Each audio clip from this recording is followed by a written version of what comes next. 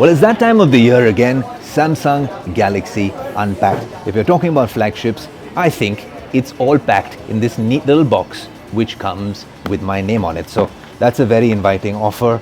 And of course it says, share the epic. That seems to be the hashtag that they're working with. And much in line with the sustainability theme, the color is well camouflaged, a lot of recycled materials used in this particular device. But most importantly, move over iPhones. If you grip it beside an S22 Ultra, one of the better camera devices of 2022, automatically the grip basis the shape is a lot better. But then this is just 2022, move over to 2023. The color looks great. Of course, it comes with S Pen support, much like the last year, because now we don't have any more Note devices, but we do have this particular device. Now, why should we give all the attention to the Ultra? We also have the S23 and the S23 Plus. Great triple rear camera setups at the back, all set up for us. And boy, oh boy, Christmas has come early on Tech Today. But these obviously come in these standard colors.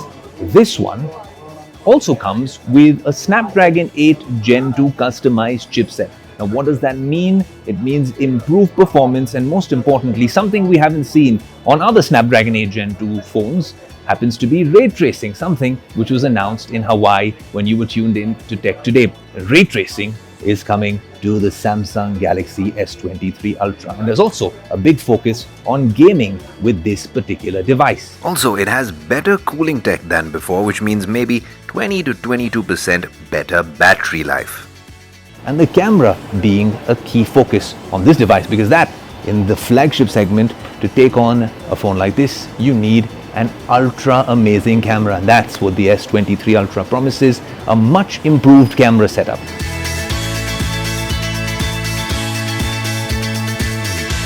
Well, of course, this can now shoot 8K 30 FPS, which means lesser lag, more pixels, mean a lot more details, and a 200 megapixel sensor with adaptive pixels. So that means a lot more AI capabilities in the S23 Ultra.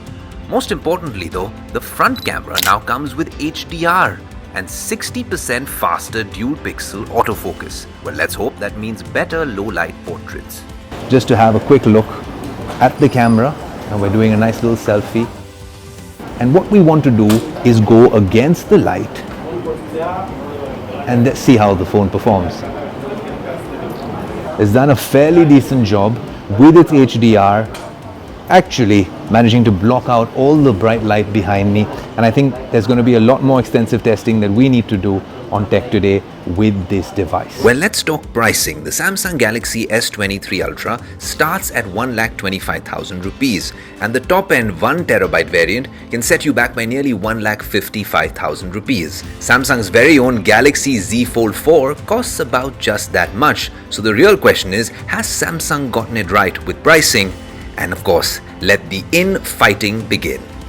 Of course, a lot of those things that I told you about come across the lineup. So the S23 Plus, the S23, and of course, the latest and greatest iPhone 14 Pro Max competitor, the S23 Ultra, here in the flesh on Tech Today.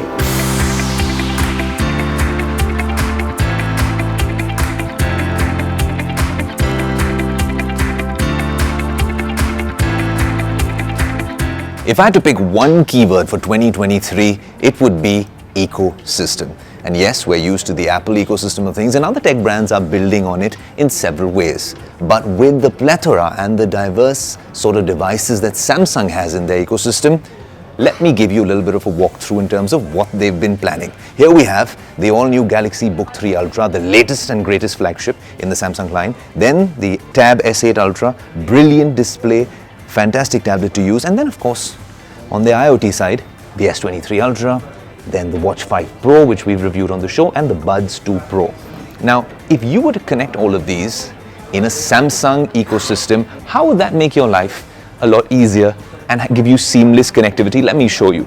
So if you take the S23 Ultra, of course, with the S Pen that comes with it, you could use this as a connected device to your Book 3 Ultra and to the Tab S8 Ultra as well. If you want to use the Watch 5 Pro and you want to put up maybe a presentation in office, you could use this remotely as a pointer as well. And then of course with the Buds 2 Pro, much like the AirPods now, you can connect to all these devices, and then like handoff, it will be connected whenever you use this. You could be watching content over here, then attend your Zoom calls over here, and then listen to music over there. What you need to do is make sure that it's connected to the same Wi-Fi network. Samsung Pass makes it happen, a lot like iCloud. I'll give you a little bit of a demo. If you go to the S8 Ultra, swipe down right here, go on the options and select second screen. Right, what do you want it for? Well, if you want for drawing, video, playback, these are things you can mention, but more importantly, you head to the Book 3 Ultra, and then this is the device we want to connect to.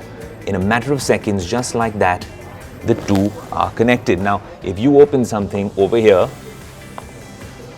and you realize that you need a little bit more screen real estate, seamlessly you can transfer right there. Even if you open something like a Notes app and you're typing something, hit copy over here, hit paste over there. This is what makes the ecosystem on the iPhone and the iPad so alluring, so appealing. If you can do that now with the Samsung Galaxy ecosystem of things, it could be a game changer. If you like the video, do like, comment, share and subscribe.